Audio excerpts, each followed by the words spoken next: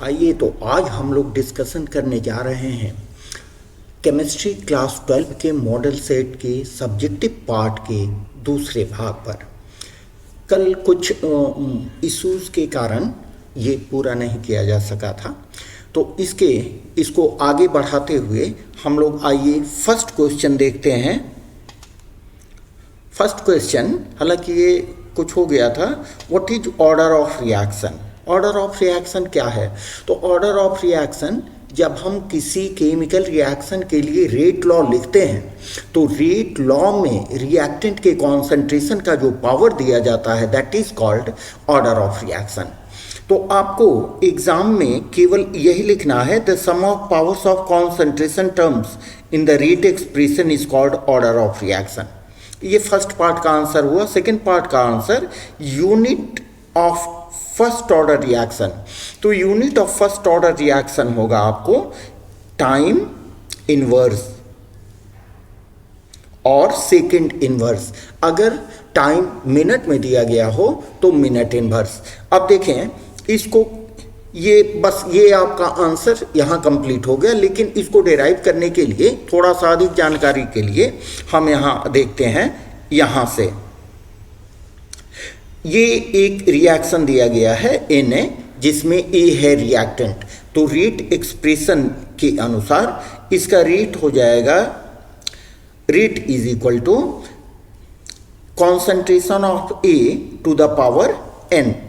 यहाँ पर n है प्रैक्टिकली डिटरमाइंड कोएफिशिएंट। जैसा कि आप जानते हो कि हम ऑर्डर ऑफ रिएक्शन को थ्योरेटिकली डिटरमाइन नहीं कर सकते हैं, it must be practically determined.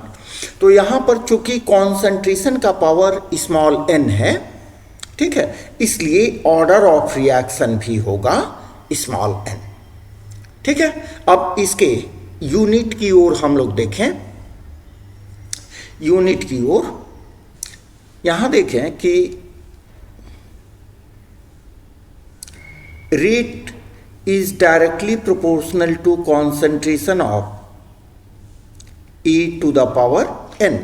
इसको आप लिख सकते हो, rate is equal to K into A concentration of E to the power n। n हुआ आपको ऑर्डर ऑफ रिएक्शन। ठीक है, तो रेट का यूनिट क्या होता है? मोल per litre. Mole per litre means concentration, change in concentration per unit time is defined as rate of reaction. तो रेट को हम लिख सकते हैं,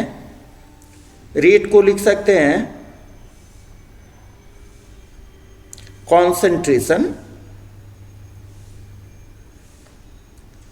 डिवाइडेड बाय टाइम, ये रेट का यूनिट हो गया। ठीक है, इज इक्वल टू के, और यहां कॉन्सेंट्रेशन को आप लिखो concentration to the power n। ठीक है, अब क्या करें, यहां देखिए यूनिट ऑफ k निकालना है, तो k is equal to concentration जब लेफ्ट साइड में आएगा तो कहां जाएगा? ये हो जाएगा concentration divided by concentration to the power n multiplied by t।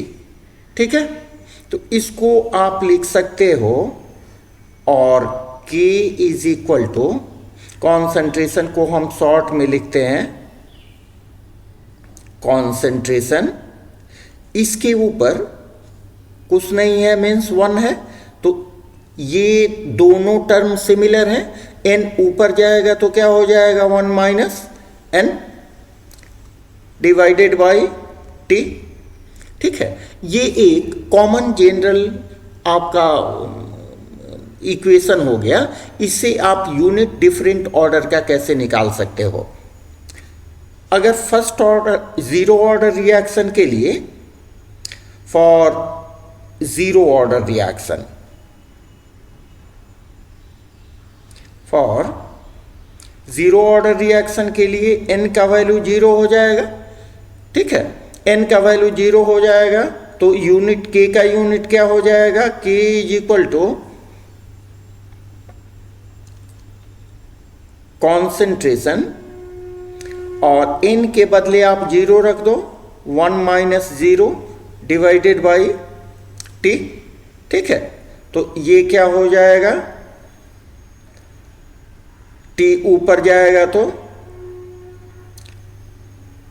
Concentration ये तो 1 हो गया और ये हो गया t इनवर्स, टाइम इनवर्स।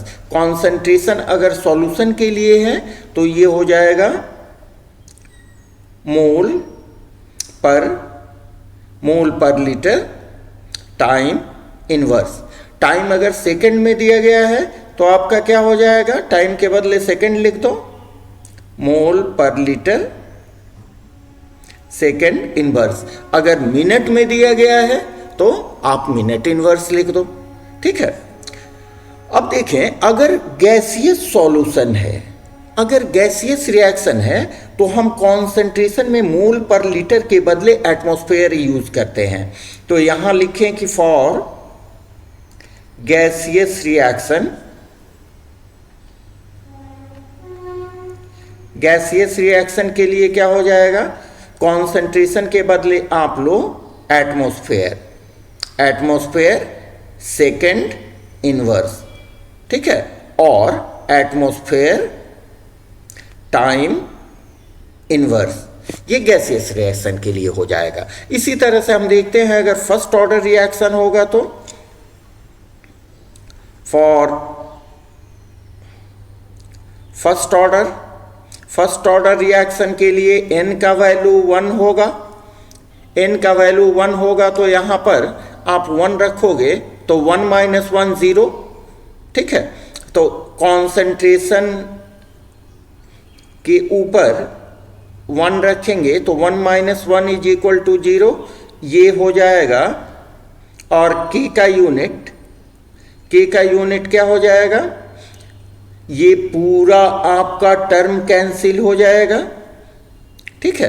तो ये हो जाएगा केवल 1 by T is equal to T inverse, और इसको आप लिख सकते हो सेकंड इनवर्स, ठीक है।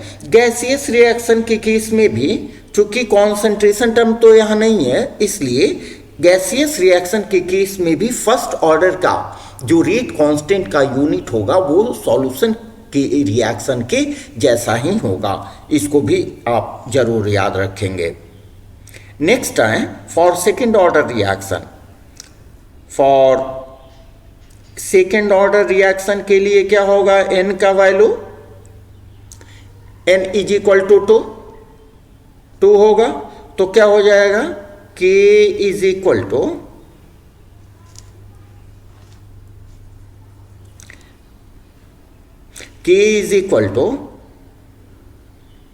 concentration to the power 1 minus 2 divided by t, और k इज इक्वल टू ये हो जाएगा कॉन्सेंट्रेशन के ऊपर -1, ठीक है, -1 डिवाइडेड बाई t। तो और क्या होगा कि इज इक्वल टू कॉन्सेंट्रेशन को आप रखो mole per litre to the power -1,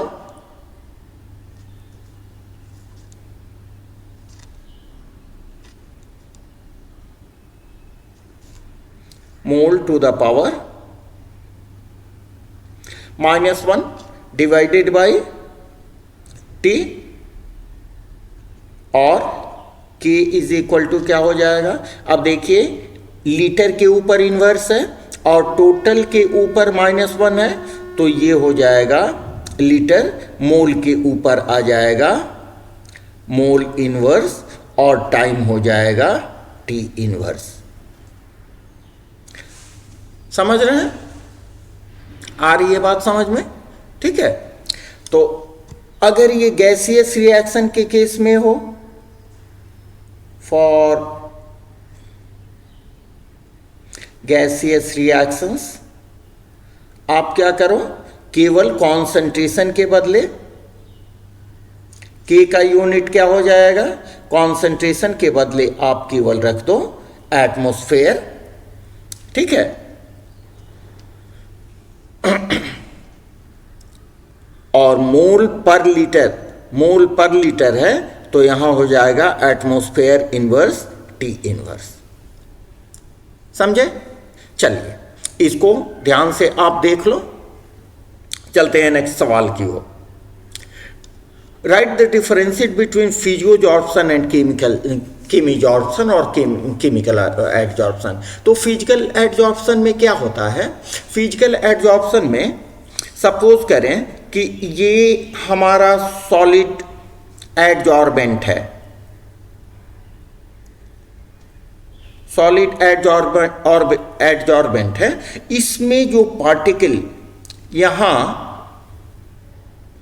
एडजॉर्ब्ड particle होते हैं उनके बीच फोर्स ऑफ अट्रैक्शन काफी वीक होता है, जिसको हम बोलते हैं van der Waals forces of attraction. ठीक है। इसके केस में, फिजियोजॉर्प्शन के केस में, यहां जो इनके बीच जो फोर्स ऑफ अट्रैक्शन होता है वो काफ़ी कम होता है, काफ़ी कमज़ोर होता है, जिसके कारण फिजियोजॉर्प्शन रिवर्सिबल प्रोसेस है।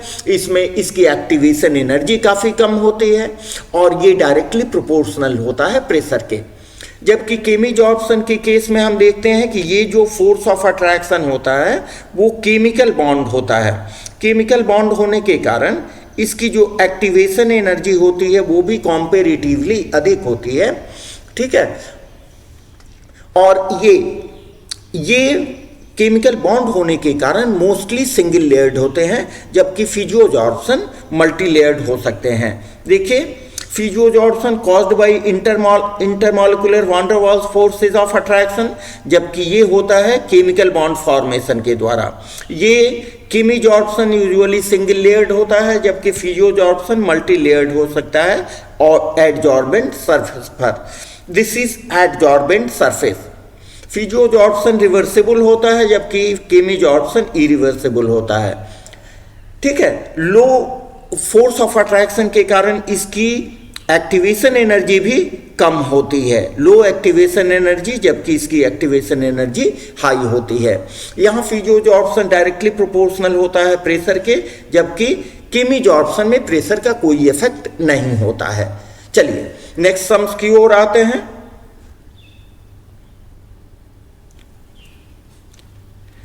ये जो देखिए जाना पहचाना रिएक्शन है CH3 CH2 CH2। ठीक है। अब इस रिएक्शन में HBr का एडिशन करा रहे हैं in presence of peroxide.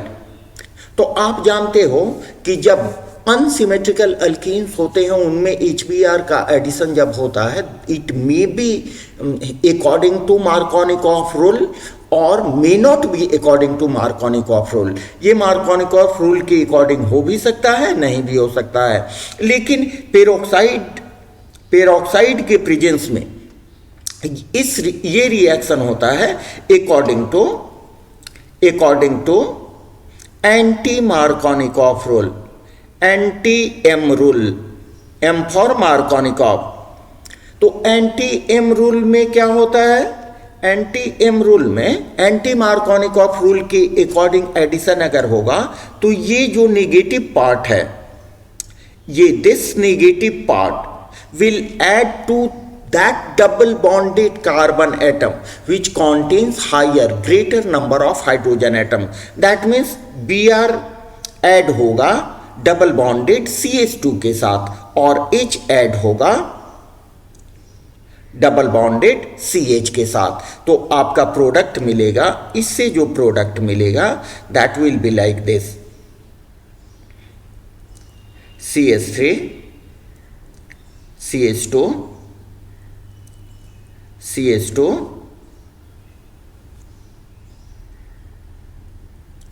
CH2 Br, ये हुआ 1 ब्रोमोब्यूटेन, 1 ब्रोमोब्यूटेन।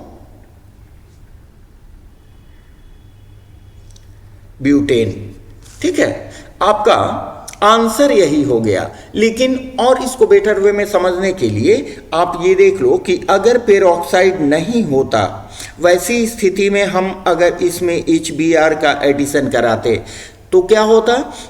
जो HBr का निगेटिव पार्ट है वो उस कार्बन के साथ ऐड होगा, निगेटिव पार्ट उस कार्बन के साथ ऐड होगा जहां पर हाइड्रोजन की संख्या उस डबल बॉन्डेड कार्बन के पास ऐड होगा जहां पर हाइड्रोजन की संख्या कम होगी।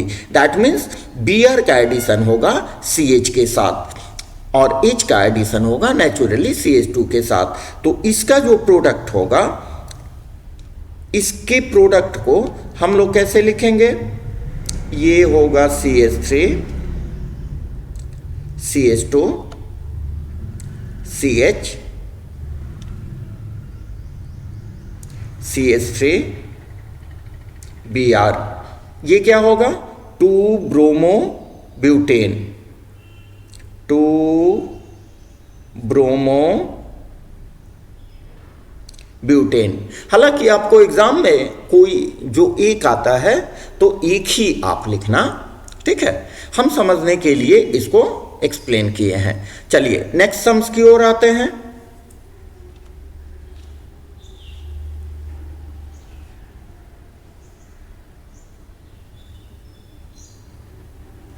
यहां इथाइल ब्रोमाइड अगर AgCN से रिएक्ट करता है तो क्या बनेगा? तो इसको देखें क्या बनता है। इथाइल ब्रोमाइड अगर AgCN से रिएक्ट करता है तो यहां पर क्या होगा? यहां नाइट्रोजन के पास लोन पेयर इलेक्ट्रॉन होता है। AgCN क्या है? AgCN कोवैलेंट कंपाउंड है, कोवैलेंट कंपाउंड है। कोवैलेंट कंपाउंड होने के कारण ये आयंस में डिसोसिएट तो नहीं होंगे, ठीक है? जबकि यहां देखें ये नेगेटिव और ये पॉजिटिव पार्ट होगा, तो इथाइल कैटायन का प्रेफरेंस होगा कि AgCN के नाइट्रोजन के lone pair inert pair electron को अटैक करे, जिसके कारण जो प्रोडक्ट होगा वो होगा इथाइल आइसोसाइनाइड और इथाइल आइसोनाइट्रेल, लाइक दिस NC। ठीक है, इट इज इथाइल आइसोनाइट्रेल, इथाइल आइसोनाइट्रेल। ठीक है, चलिए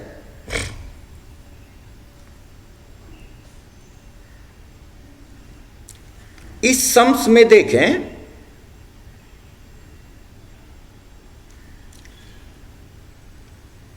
इस सम्स में इथेनॉल को हम PCl5 के साथ रिएक्ट करा रहे हैं।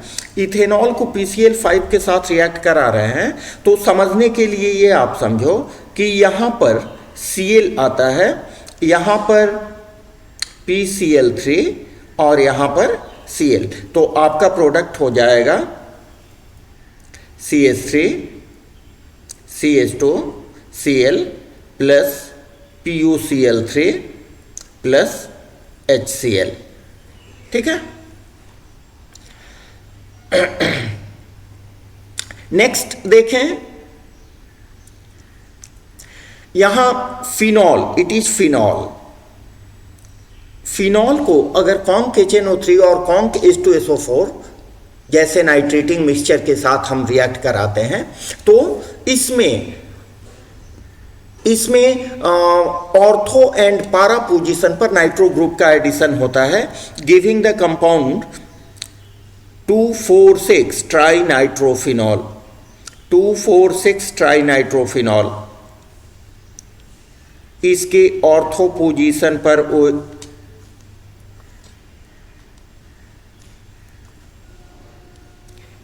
NO2 ग्रुप दे दें और पैरा पोजीशन पर भी NO2 ग्रुप दे दें।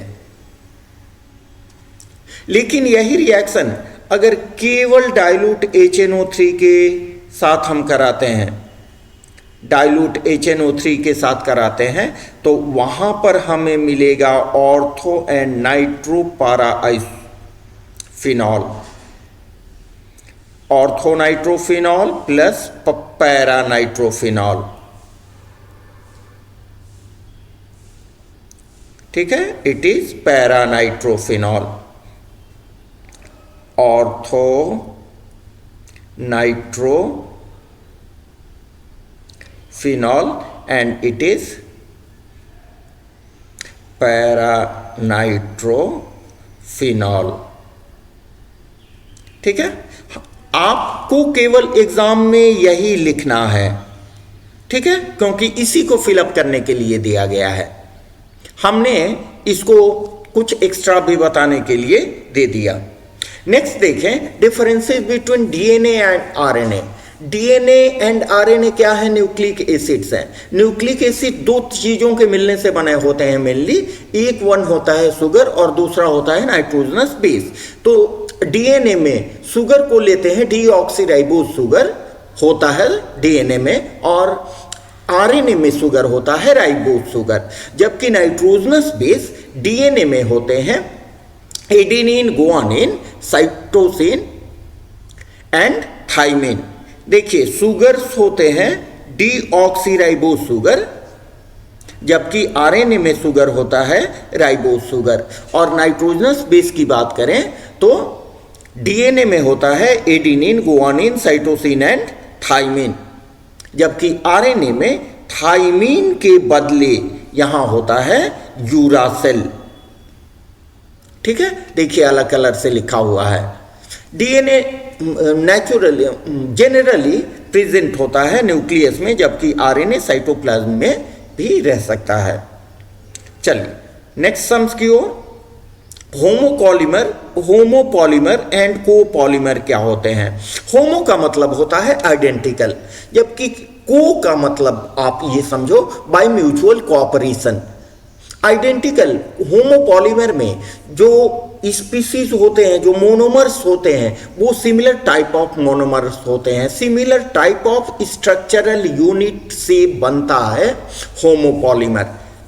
जबकि कोपॉलीमर में दो या दो से अधिक structural monomer structural unit present होते हैं, जिसके कारण कोपॉलीमर का फॉर्मेशन होता है। Homopolymer generally addition reaction, addition polymerisation के कारण होता है, जबकि कोपॉलीमर कॉन्डेंसेशन पॉलीमराइजेशन के द्वारा होता है।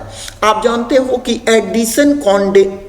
एडिशन पॉलीमराइजेशन में सभी जितने भी स्ट्रक्चरल यूनिट होते हैं केवल ऐड होते हैं, जबकि कोपॉलीमर में जो भी स्ट्रक्चरल मोनोमर यूनिट्स होते हैं उनके एडिशन के दौरान एक simple molecule like water remove होता है। ठीक है, आइए देखते हैं इसको।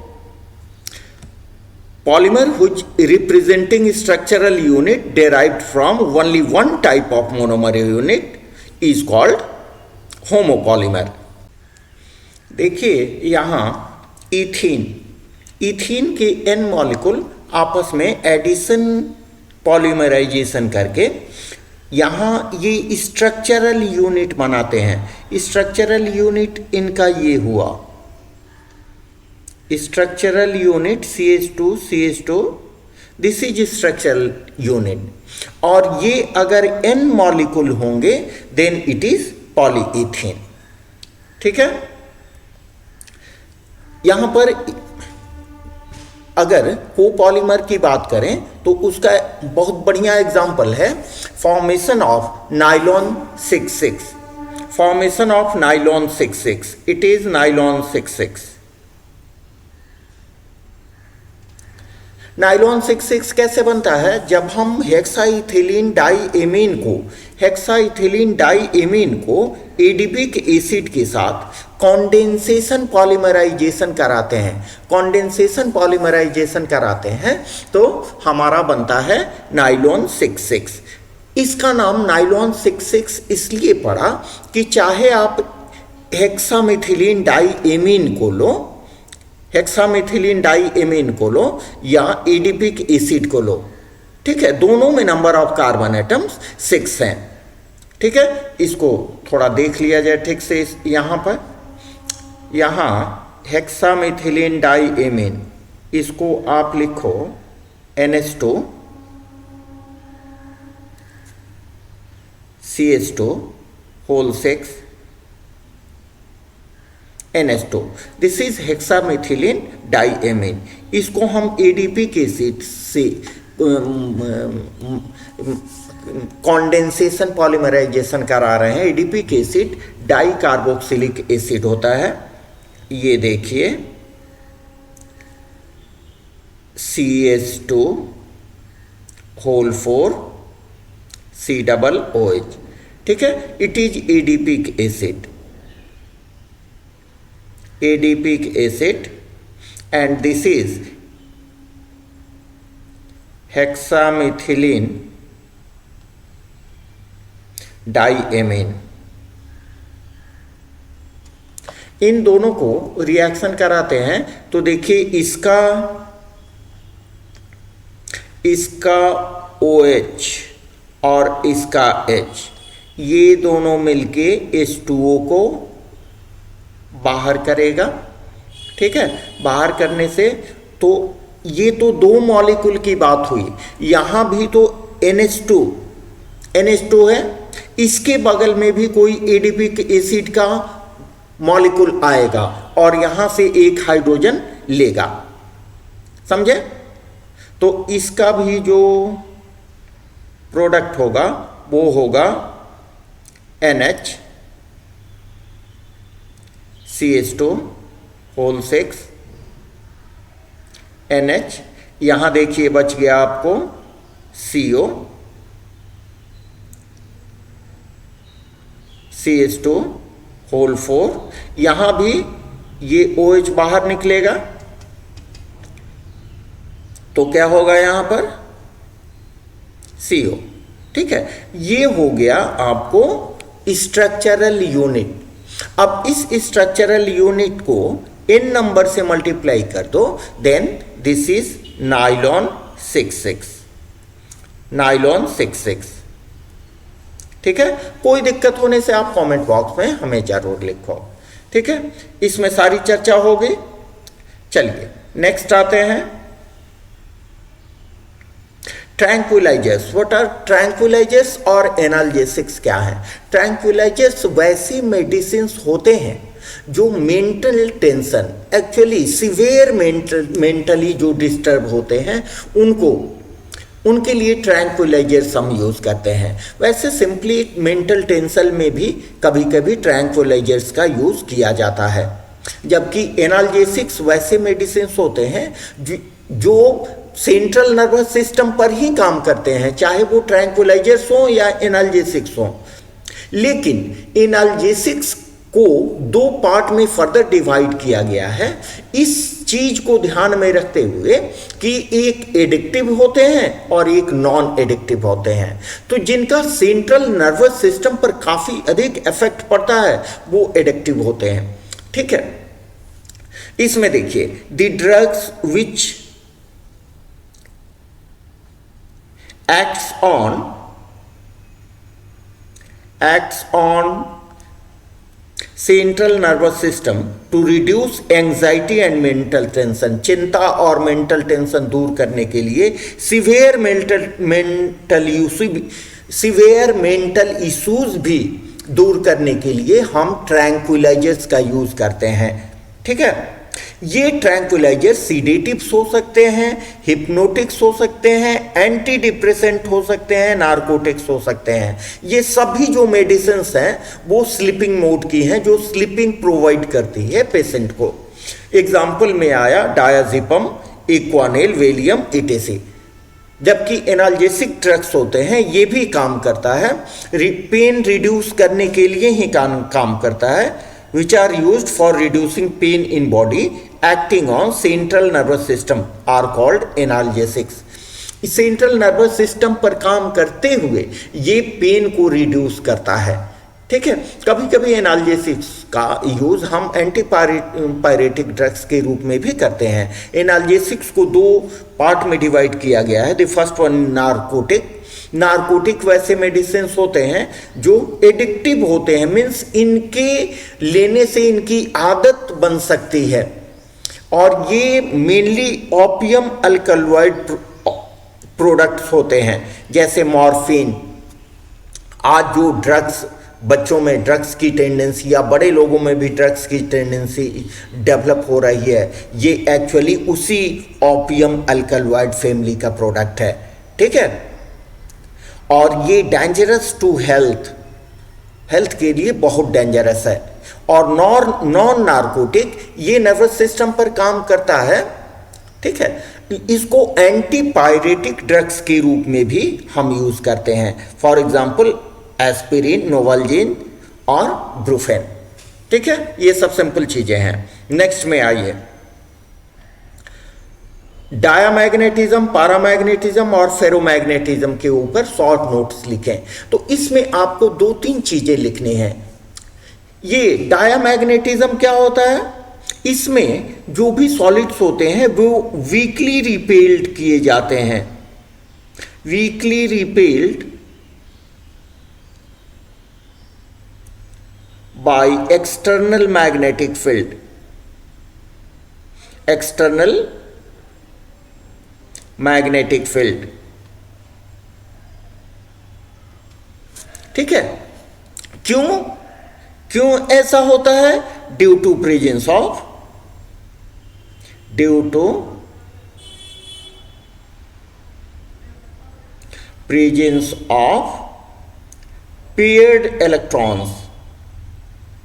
paired electrons in their molecules और एटम्स। इनके मॉलिक्यूल्स या एटम्स में पेयर्ड इलेक्ट्रॉन होने के कारण, मीन्स कॉम्प्लीटली फिल्ड ऑर्बिटल होने के कारण ये डायामैग्नेटिस कहलाते हैं, और इस प्रोसेस को डायामैग्नेटिज्म कहते हैं। इसका हमने नोट्स लिख दिया है आपके लिए, ठीक है। डायामैग्नेटिक सब्सटेंसेस क्या होते हैं? इनमें कॉम्प्लीटली फिल्ड इनके एटम्स या मॉलिक्यूल्स में ऑर्बिटल्स होते हैं। नेक्स्ट है पैरामैग्नेटिक। पैरामैग्नेटिक वैसे सब्सटेंस होते हैं जिनमें अनपेयर्ड इलेक्ट्रॉन्स होते हैं इनके एटम्स या मॉलिक्यूल्स में। ये पैरामैग्नेटिक सब्सटेंसेस वीकली अट्रैक्ट करते हैं, एक्सटर्नल फील्ड द्वारा वीकली अट्रैक्ट किए जाते हैं, वीकली अट्रैक्टेड। क्यों? Due to presence of unpaired electrons in their molecules और एटम्स। अनपेयर्ड इलेक्ट्रॉन्स इनके एटम्स या मॉलिक्यूल्स में होते हैं, जिनके कारण ये वीकली अट्रैक्ट किए जाते हैं। But they cannot be permanently magnetised. इनको पूर्णतः एक्सटर्नल फील्ड द्वारा मैग्नेटिक सब्सटेंस में कन्वर्ट आप नहीं कर सकते हैं। ये इनका जो मैग्नेटिक स्ट्रेंथ होता है वो तभी तक काम करता है जब तक एक्सटर्नल मैग्नेटिक फील्ड के कांटेक्ट में होते हैं। अगर उनको हटा लिया जाए तो इनका जो मैग्नेटिक इफेक्ट है वो खत्म हो जाएगा। लेकिन फेरोमैग्नेटिक केस में क्या होता है? फेरोमैग्नेटिक ये स्ट्रांगली मैग्नेटिक होते हैं। स्ट्रांगली मैग्नेटिक क्यों होते हैं? इनमें अनपेयर्ड इलेक्ट्रॉन भी होता है, अनपेयर्ड इलेक्ट्रॉन भी होता है, लेकिन विथ सेम स्पिन में होता है, जिसके कारण इनका मैग्नेटिक स्ट्रेंथ काफी अधिक होता है, ठीक है। और ये वैसे सब्सटेंस होते हैं जो अगर मैग्नेटिक फील्ड को हटा भी लिया जाए तो भी इनका मैग्नेटिक इफेक्ट खत्म नहीं होता है, जैसे कोबाल्ट, आयरन, कोबाल्ट, निकेल, ये सभी फेरोमैग्नेटिक सब्सटेंस हैं। समझ रहे हैं बात? चलिए, इसको हमने लिख दिया है। देखिए, solids which are weakly repelled by external magnetic field due to having paired electrons, that is completely filled orbitals in their molecules, are called diamagnetic. And such property of solid is called diamagnetism, जिसका example है KCl TiO2। Potassium chloride में आप देख लेना unpaired electron नहीं होते हैं। Paramagnetism, ये क्या होते हैं? वीकली अट्रैक्टेड होते हैं due to having unpaired electrons in their molecules are called paramagnetic and such property is called paramagnetism. ठीक है, they cannot be permanently magnetized, that is they lose their magnetic property in absence of external magnetic field। external magnetic field के absence में ये अपना magnetic property lose कर देते हैं।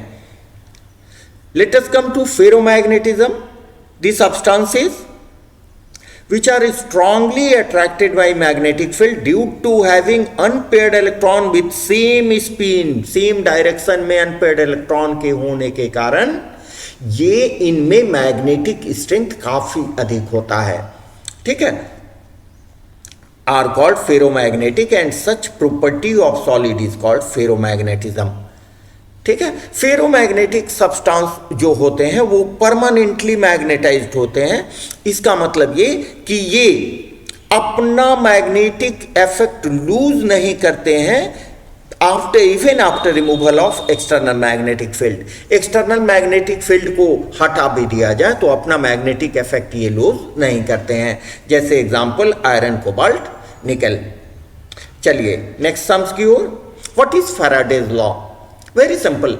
Faraday's law क्या कहता है कि जब किसी इलेक्ट्रोलाइटिक सॉल्यूशन या इलेक्ट्रोलाइट अगर मोल्टेन स्टेट में है, इलेक्ट्रोलाइट मोल्टेन स्टेट या सॉल्यूशन स्टेट में है, उससे अगर कोई आप करंट को फ्लो करा रहे हो तो जितना अधिक चार्ज उसे पास कराओगे उतना ही अधिक सब्सटेंस का रेस्पेक्टिव इलेक्ट्रोड पर डिपोजिशन होगा। बड़ी सिंपल सी बात है। इलेक्ट्रोलाइसिस में क्या होता है, जो भी इलेक्ट्रोलाइट्स होते हैं वो उनका मूवमेंट होता है रेस्पेक्टिव इलेक्ट्रोड की तरह। तो जितना अधिक आप करंट पास कराओगे उतना अधिक मूवमेंट तेज होगा, उतना अधिक डिपोजिशन होगा। ठीक है, देखिए, the amount of product deposited और liberated at an electrode during electrolysis is directly proportional to quantity of electricity which passes through the electrolyte either in molten or solution state. This is the statement of first. यहाँ Faraday's law दिया गया है, इसका मतलब आप दोनों को brief में लिखो। ठीक है, इसमें यही कहा जा रहा है कि जितना आप मैग्नीट्यूड ऑफ करंट पास कराएंगे उतना अधिक डिपोजिशन, लिबरेशन होगा सॉल्यूशन से। चाहे मेटल हो तो मेटल का इलेक्ट्रोलाइट के ऊपर डिपोजिशन होगा। अब सपोज करें कि m मास है जो डिपोजिट होता है इलेक्ट्रोड पर। कब डिपोजिट होता है? जब Q coulomb of electricity pass करते हैं। Q का मतलब आप जानते हो I into T, I ampere of current for T second. ठीक है, तो फर्स्ट लॉ के अनुसार m is directly proportional to Q। अब डायरेक्टली प्रोपोर्शनलिटी के साइन को हटा दें तो हम एक कांस्टेंट देते हैं, that constant is called Z, which is called electrochemical equivalent. ठीक है, यहां देखें Q का वैल्यू होता है Q is equal to IT, हमने ऊपर भी बता दिया है आपको। तो यहां पर Q का वैल्यू हम पुट कर दें तो m is equal to Z into IT। समझ रहे हैं? यहां पर Z क्या है? इलेक्ट्रोकेमिकल इक्विवेलेंट है, जो कि एक कांस्टेंट है। तो कांस्टेंट को डिफाइन कैसे करते हैं हम? कांस्टेंट को डिफाइन करने के लिए जो रेस्ट टर्म है उनको हम यूनिटी कंसीडर कर लेते हैं। तो अगर हमको इलेक्ट्रोकेमिकल इक्विवेलेंट को डिफाइन करना है तो क्या करेंगे, यहां I और T को यूनिटी मान लें। देखें यहां I है करंट इन एम्पियर, T है टाइम इन सेकेंड, और Z है proportionality constant called electrochemical equivalent. अगर I को हम 1 एम्पियर मान लें और T को 1 सेकेंड मान लें तो यहां देखिए ये दोनों जब 1 हो जाएंगे तो m will be equal to Z। इसका मतलब कि इलेक्ट्रोकेमिकल इक्विवेलेंट को कैसे डिफाइन कर सकते हैं? The mass deposited or the mass of substance deposited by flowing of 1 ampere of electricity for 1 second is called electrochemical equivalent. और जब हम 1 एम्पियर इलेक्ट्रिसिटी को 1 सेकेंड तक पास कराते हैं, ठीक है, तो उसको बोलते हैं 1 कूलम ऑफ इलेक्ट्रिसिटी। ठीक है। अब सेकेंड लॉ क्या कहता है? सेकेंड लॉ ये कहता है कि अगर इलेक्ट्रोलाइसिस हम डिफरेंट इलेक्ट्रोलाइटिक सेल में करा रहे हैं, सपोज करें एक में आपने ZnSO4 लिया है, एक में AgNO3 लिया है, और उससे होके दोनों को सीरीज में कनेक्ट कर दिया है, उससे होके इलेक्ट्रिक करंट हम same magnitude of electric current pass करा रहे हैं, तो कॉपर और Ag का जो रेस्पेक्टिव कैथोड पर डिपोजिशन होगा वो उनके इक्विवेलेंट वेट के इक्वल होता है। This is second law of Faraday. देखिए, when same quantity of electricity और charge that is magnitude of current is passed through the solution of different electrolytes connected in series, the masses of substance deposited at respective electrodes are directly proportional to their equivalent masses। जितना मास deposit होगा electrode पर वो उनके equivalent mass के proportional होगा, जिसको हम लिख सकते हैं M1 by M2 is equal to E1 by E2, जहां M1 क्या है? masses of metals deposited by passing same quantity of electricity, or E1 and E2 are the equivalent weight of respective metals या respective substances। ठीक है, इसको आप derive भी कर सकते हो, क्योंकि अभी का क्लास एग्जामिनेशन बेस्ड है तो हम डिराइव नहीं कर रहे हैं, इसको बाद में कभी हम देख देंगे। आइए नेक्स्ट सम्स की ओर। ये न्यूमेरिकल है। इस न्यूमेरिकल में कहा जा रहा है 2 ampere electric current is passed through equal solution of copper chloride CuCl2 for 30 minutes. What amount of copper will deposit at cathode? यहां देखें, बहुत सिंपल सा सवाल है। यहां क्या दिया गया है आपको? I का वैल्यू दिया गया है 2 एम्पियर, I is 2 एम्पियर, और टाइम इज इक्वल टू है 30 मिनट्स। तो मिनट्स को क्या कर लें? सबसे पहले आप सेकंड में कन्वर्ट कर लो। 30 into 60 is equal to 1800 second. ठीक है, तो I हमारा हो गया 1800 सेकेंड। समझ रहे हैं बात? अब उसके बाद देखें, अब क्या हमें निकालना है? Cu, कितना कॉपर डिपोजिट होगा। कॉपर कितना डिपोजिट होगा इसका वैल्यू निकालना है। तो कॉपर डिपोजिट कब होगा? कॉपर डिपोजिट होगा, इसका मतलब यहां देखिए CuCl2 मीन्स कॉपर यहां +2 ऑक्सीडेशन स्टेट में है, तो Cu2 प्लस ये देगा आपको Cu। कब देगा? जब ये 2 इलेक्ट्रॉन ले लेगा। दैट मीन्स Cu2 प्लस का रिडक्शन होगा तो ये देगा Cu। बात समझ रहे हैं?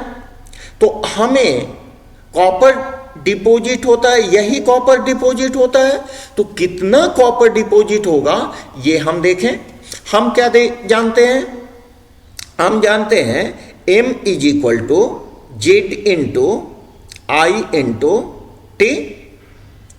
ठीक है, तो यहां पर I इंटू T आपको मालूम है 800 सेकेंड, और I मालूम है 2 एम्पियर। Z मालूम नहीं है, तो यहां आपको याद रखना होगा Z इज इक्वल टू होता है E/96500 कूलम। तो जेट के बदले आप रख सकते हो, और E क्या है? E इक्विवेलेंट वेट है। E इक्विवेलेंट वेट है, equivalent weight of metal deposited. तो हम यहां ये लिख सकते हैं E/96500, I है 2 एम्पियर और T है 1800 सेकेंड। अब यहां पर इक्विवेलेंट वेट का वैल्यू हमको पुट करना है। तो इक्विवेलेंट वेट कॉपर का क्या हो जाएगा? कॉपर का इक्विवेलेंट वेट 63.5 एटॉमिक वेट होता है, +2 ऑक्सीडेशन स्टेट में है 2। ठीक है, तो E के बदले हम यहां पुट कर देते हैं 63.5 into 2 into 1800 divided by 2 into 96500। ठीक है, बात आ रही है समझ में? अब आप इसको सॉल्व कर सकते हैं। सॉल्व करेंगे, जो आपको आएगा वो आंसर होगा। ठीक है, आंसर आएगा 1.18 ग्राम। ठीक है, इसको और एक तरीके से हम लोग निकाल सकते हैं। देखिए, उसको भी जल्दी में देख लें। यहां देखिए Cu2+ है, +2 इलेक्ट्रॉन है। ये कन्वर्ट होता है Cu में, that means 1 mole. 1 mole means 63.5 ग्राम। ठीक है, ये कितना में डिपॉजिट होता है? 2 इलेक्ट्रॉन्स के सर्कुलेशन के कारण, means 2 mole of electron. 2 mole of electron का मतलब क्या होगा?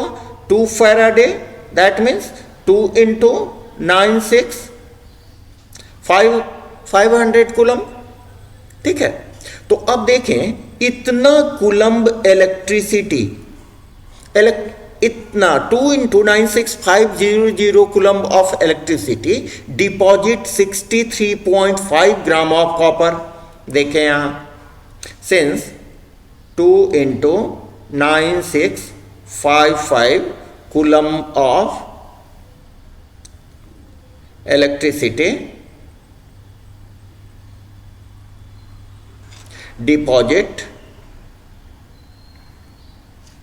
63.5 gram of copper.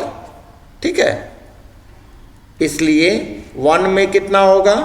63.5 by 2 into 96500।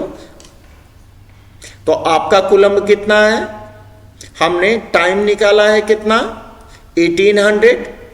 ठीक है, और करंट कितना है? Q इज इक्वल टू क्या होता है? Q इज इक्वल टू होता है I इंटू टी। यही ना कूलम्ब हुआ जी? तो T है, इसलिए I है मेरा 2, और T कितना है? 1800। तो इतना कूलम्ब में क्या होगा?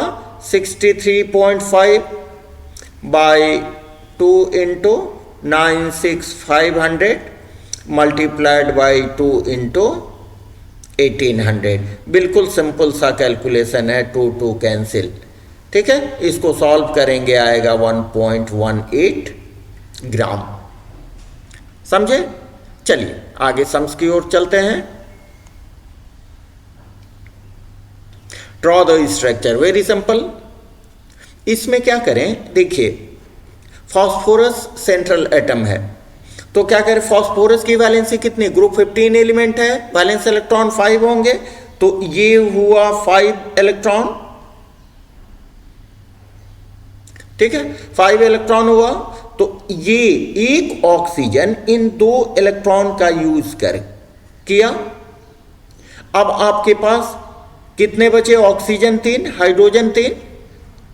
तो ये आप 3 OH ग्रुप इससे जोड़ दो। That is the structure of H3PO4। ठीक उसी तरह से क्या करें इसको, ये दो ऑक्सीजन, एक ऑक्सीजन चला गया तो यहां दो OH ग्रुप और यहां पर एक हाइड्रोजन हो जाएगा। देखिए H3PO3। अगर PCl3 की बात करें,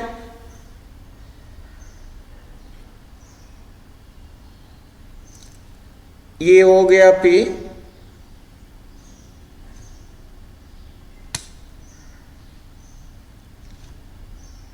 ट्राइगोनल बाइपिरामिडल, और XeO3, Xe xenon inert gas है, ये तो रिएक्टिव नहीं है, लेकिन फ्लोरीन या ऑक्सीजन मोर इलेक्ट्रोनेगेटिव एलिमेंट के साथ ये कंपाउंड का फॉर्मेशन करता है। जेनॉन के पास क्या है, देखिए जेनॉन के पास क्या होता है, कॉम्प्लीटली फिल्ड ऑक्टेट होता है,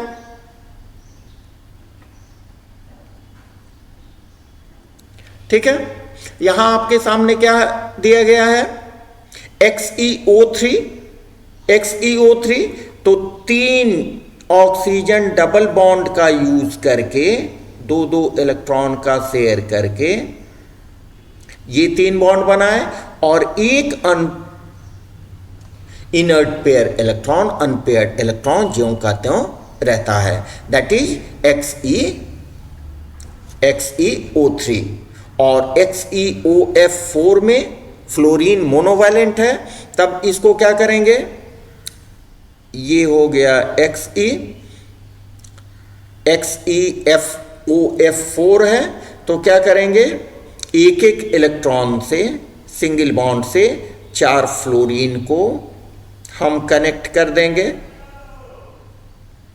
ठीक है। अब आपके पास बचा यहां पर 2 इलेक्ट्रॉन और यहां पर 2 इलेक्ट्रॉन, तो ये एज सच रह जाएंगे दोनों इलेक्ट्रॉन 2 ऑर्बिटल में, ठीक है। This is the structure of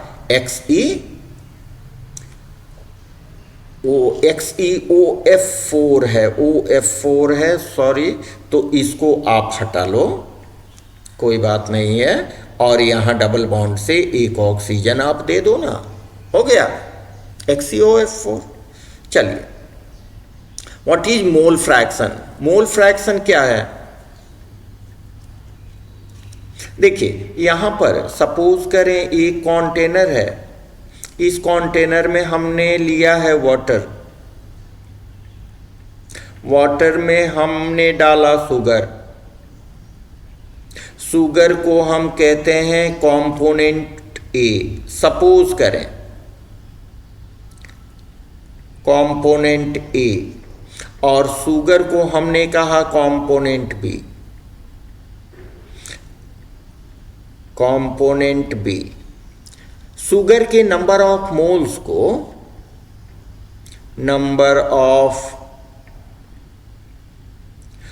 को हमने रिप्रेजेंट किया NB से, और जबकि कंपोनेंट A वाटर के नंबर ऑफ मोल्स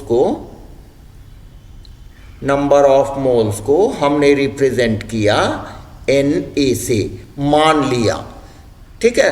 तो ये शुगर और वाटर दोनों के मिलने से क्या बना, दोनों के मिलने से बना सॉल्यूशन।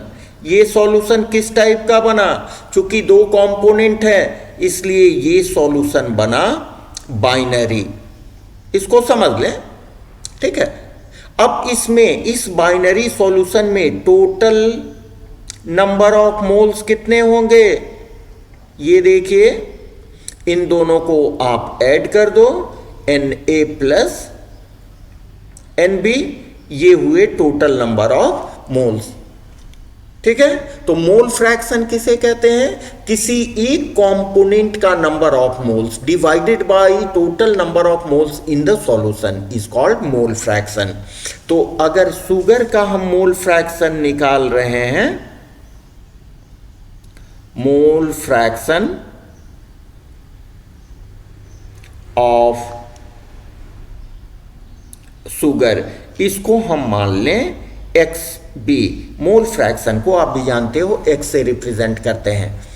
तो ये क्या हो जाएगा, number of moles of sugar divided by total number of moles present in the solution. ठीक है, ये हो जाएगा मोल फ्रैक्शन शुगर का एक कंपोनेंट का। अगर हम वाटर का मोल फ्रैक्शन निकालें, मोल फ्रैक्शन ऑफ वाटर, इसको आप रिप्रेजेंट करो एक्स ए से, तो ये हो जाएगा number of moles of water divided by total number of moles in the solution. ठीक है, समझ रहे हैं बात। अब देखिए, ये भी याद रखने वाली बात है कि किसी भी बाइनरी सॉल्यूशन के लिए, फॉर ए बाइनरी सॉल्यूशन, हमने चूंकि बाइनरी सॉल्यूशन कंसीडर किया है इसलिए मैं बाइनरी सॉल्यूशन की बात कर रहा हूं। किसी भी सॉल्यूशन के लिए मोल फ्रैक्शन का sum X A plus X B is equal to 1 होता है। मोल फ्रैक्शन का टोटल सम 1 होता है। इसके आधार पर आप लिख सकते हो X A is equal to 1 minus X B और X B is equal to 1 minus X A. तो ये कैसे आया X A plus X B, आप कमेंट करके कमेंट बॉक्स में हमें जरूर भेजना। बड़ी सिंपल सी बात है, X A plus X B 1 होता है, आप कमेंट बॉक्स में जरूर हमें लिख के भेजना। चलिए, नंबर ऑफ मोल्स हो गया। अब ये देखिए, इसको आप एग्जाम में क्या लिखेंगे, इसको हमने लिख दिया है, the ratio of number of moles of one component to the total number of moles in the solution is called mole fraction. ठीक है, अगर Na number of moles component A का है और कंपोनेंट B का Nb है, तो XA component A का मोल फ्रैक्शन होगा Na by Na plus Nb। ठीक है, मोल फ्रैक्शन का कोई यूनिट नहीं होता है because it is a ratio of number of moles.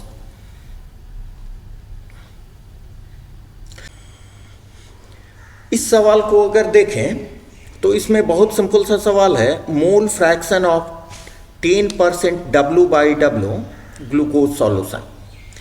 तो पहले देखें कि 10% W/W सॉल्यूशन क्या होता है। 10% W/W सॉल्यूशन, इसका मतलब क्या होता है? इसका मतलब होता है कि इसमें 10 ग्राम्स ग्लूकोज है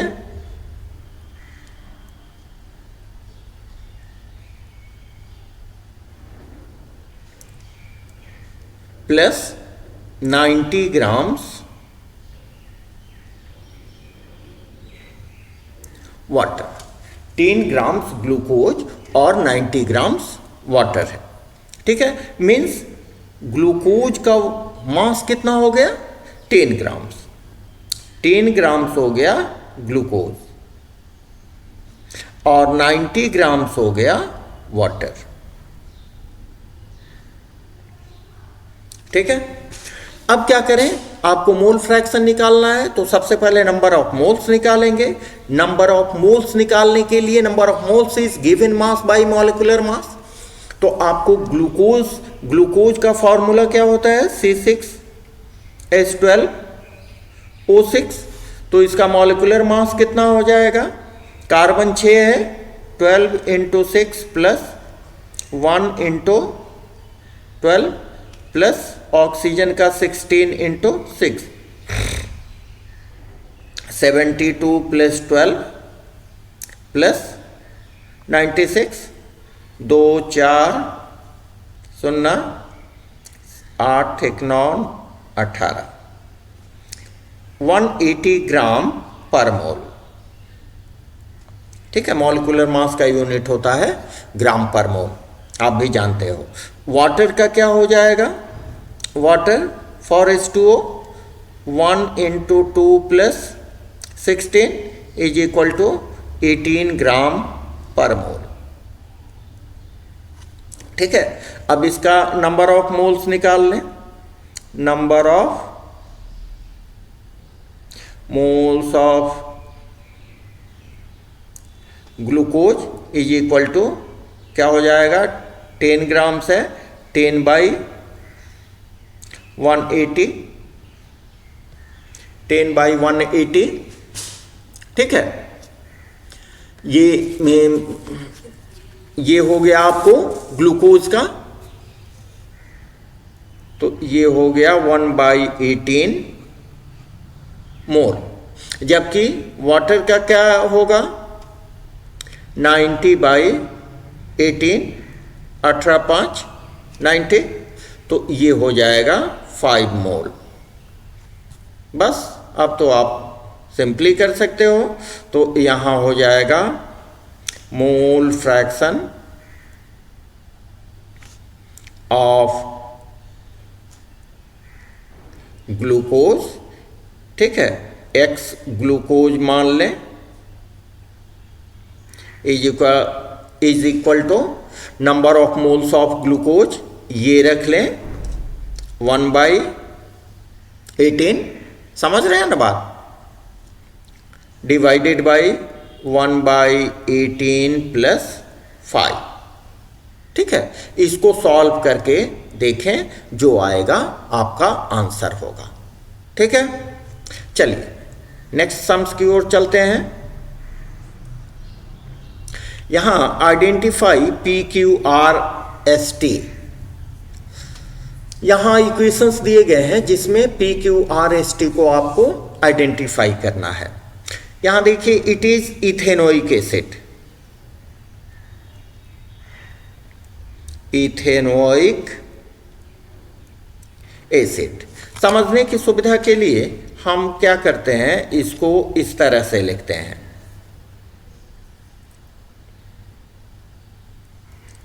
CH3 COOH,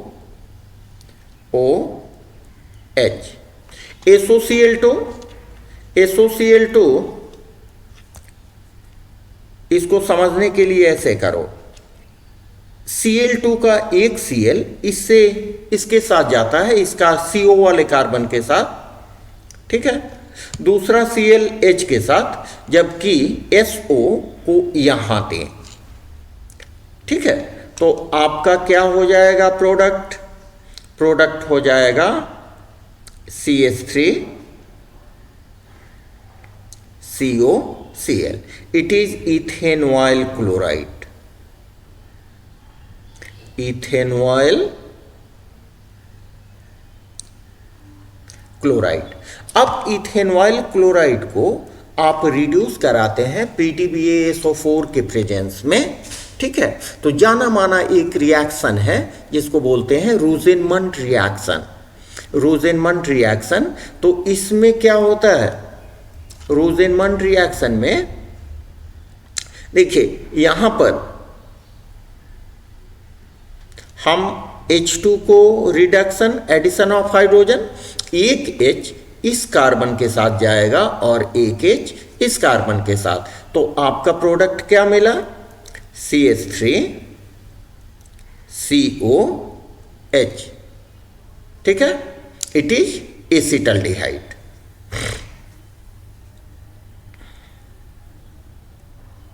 एसिटल्डिहाइड और इथेनल।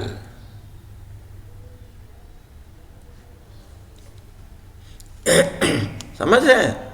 चलिए नेक्स्ट, एक बहुत ही सिंपल रिएक्शन, इसमें 2 स्टेप रिएक्शन है, लेकिन हमें लगता है कि इसको और थोड़ा मॉडिफाई करना चाहिए।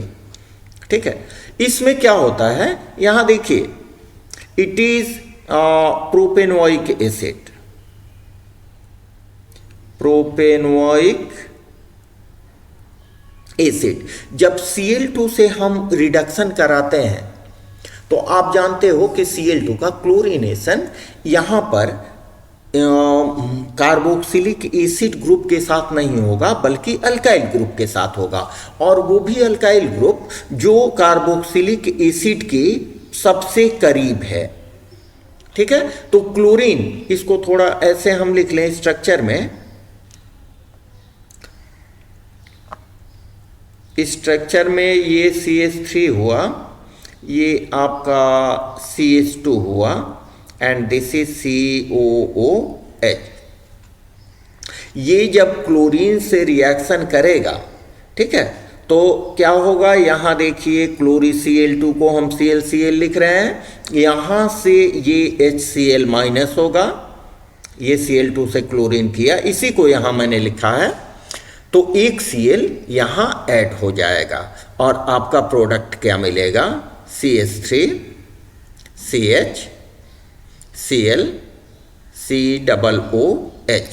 इसको क्या आप बोलोगे, ये क्या होगा प्रोडक्ट आपका, देखिए 1 to 2 क्लोरोप्रोपेनोइक एसिड, 2 क्लोरोप्रोपेनोइक एसिड। अब इसमें कहा जा रहा है कि इसका हाइड्रोलिसिस करा रहे हैं, तो यहां पर थोड़ी सी सोचने वाली बात है। ये हाइड्रोलिसिस में दो तरह का प्रोडक्ट दे सकता है। देखिए, अगर इसका हाइड्रोलिसिस हम करा रहे हैं एक्वस मीडियम में, H2O के प्रेजेंस में, एसिडिक मीडियम में अगर इसका हाइड्रोलिसिस करा रहे हैं तो सिंपली यहां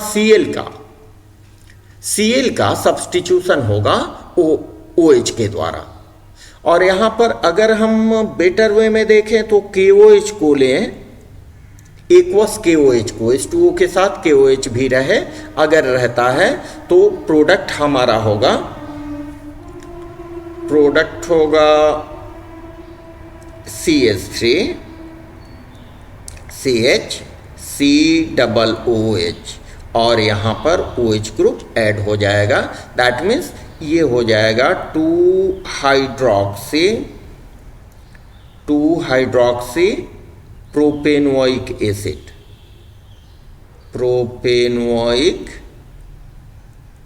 एसिड, ठीक है।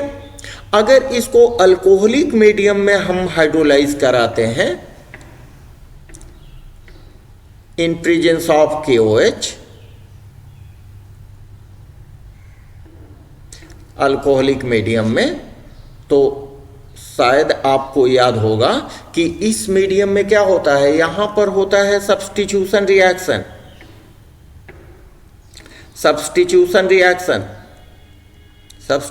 I mean nucleophilic substitution, but इस केस में होगा आपका एलिमिनेशन रिएक्शन, यहां पर होगा एलिमिनेशन रिएक्शन।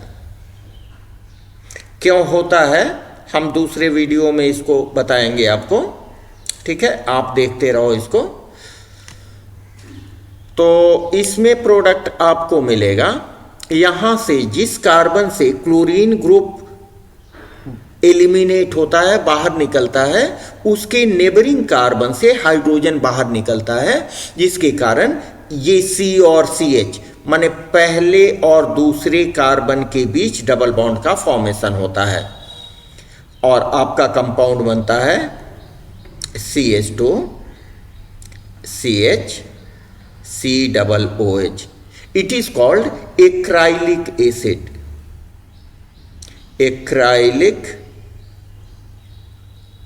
एसिड। समझ में आ रही है बात, ठीक है, आप जरूर हमें लिख के भेजते रहे हैं। चलिए नेक्स्ट जो सम्स है, बड़ी सिंपल सा सम है ये। इसमें क्या है, ZnHg HCl के प्रेजेंस में क्या होता है, आप अगर थोड़ा भी पढ़े हो तो जान लो कि इसमें रिडक्शन होगा। Reduction means addition of hydrogen, ठीक है, एडिशन ऑफ हाइड्रोजन होगा तो क्या होगा, यहां इस ऑक्सीजन को हटाने के लिए 2 हाइड्रोजन, तो हमारे कार्बन के 2 वैलेंसी खाली होंगे, ठीक है, तो इसके पास 2 हाइड्रोजन और दे दो, तो आपका प्रोडक्ट क्या हो जाएगा, CH3 CH2 CH3, it is propane, normal propane. ठीक है, प्रोपेन, सिंपली प्रोपेन। चलिए एक छोटा सा ये भी देख ही ले। आप जानते हो इसमें क्या होगा, यहां कंपाउंड आपको दिया गया है CH3, इसको हम स्ट्रक्चर में समझने के लिए लिख देते हैं, इट इज इथेनल। इथेनल जिसको आप एसीटल्डिहाइड भी कहते हो, एसीटल्डिहाइड। ठीक है, अब एसीटल्डिहाइड में जब HCN से आप रिएक्शन कराओगे तो क्या होगा, यहां पर ये देखिए ऑक्सीजन मोर इलेक्ट्रोनेगेटिव है, एक बॉन्ड को अपने ऊपर खींचेगा तो ये हो जाएगा negatively charge, negatively charge like this, CH3 CO minus, यहां हो जाएगा प्लस।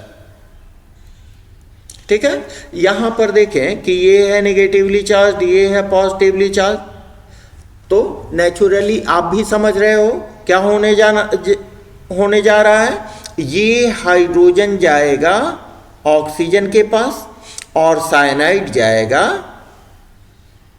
कार्बन के पास, जिससे हमारा प्रोडक्ट क्या बनेगा, CH3 COH CN और H ज्यों का त्यों। इसको बोलते हैं एसीटल्डिहाइड साइनोहाइड्रेन, एसीटल्डिहाइड साइनोहाइड्रेन।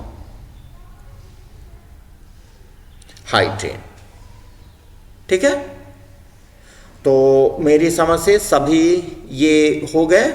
आप हमें लिख के भेजते रहें, अगर कोई दिक्कत हो तो आप हमें ज़रूर कहें और बने रहें इस चैनल के साथ। इस चैनल पर हम जितने भी ऑब्जेक्टिव क्वेश्चंस वो तो दे चुके हैं, और भी जो पॉसिबल इम्पॉर्टेंट कन्वर्जन है, इम्पॉर्टेंट रिएक्शंस हैं, इम्पॉर्टेंट व्हाट हैपेंस हैं, रीजनिंग है, वो शॉर्ट्स के रूप में, वीडियो के रूप में, लाइव के रूप में आप तक पहुंचाते रहेंगे। आप बने रहिए मेरे साथ, ठीक है, और मेहनत करते रहिए, पढ़ते रहिए, ताकि एग्ज़ाम में अच्छे नंबर आप ला सकें। Okay, best of luck, thank you.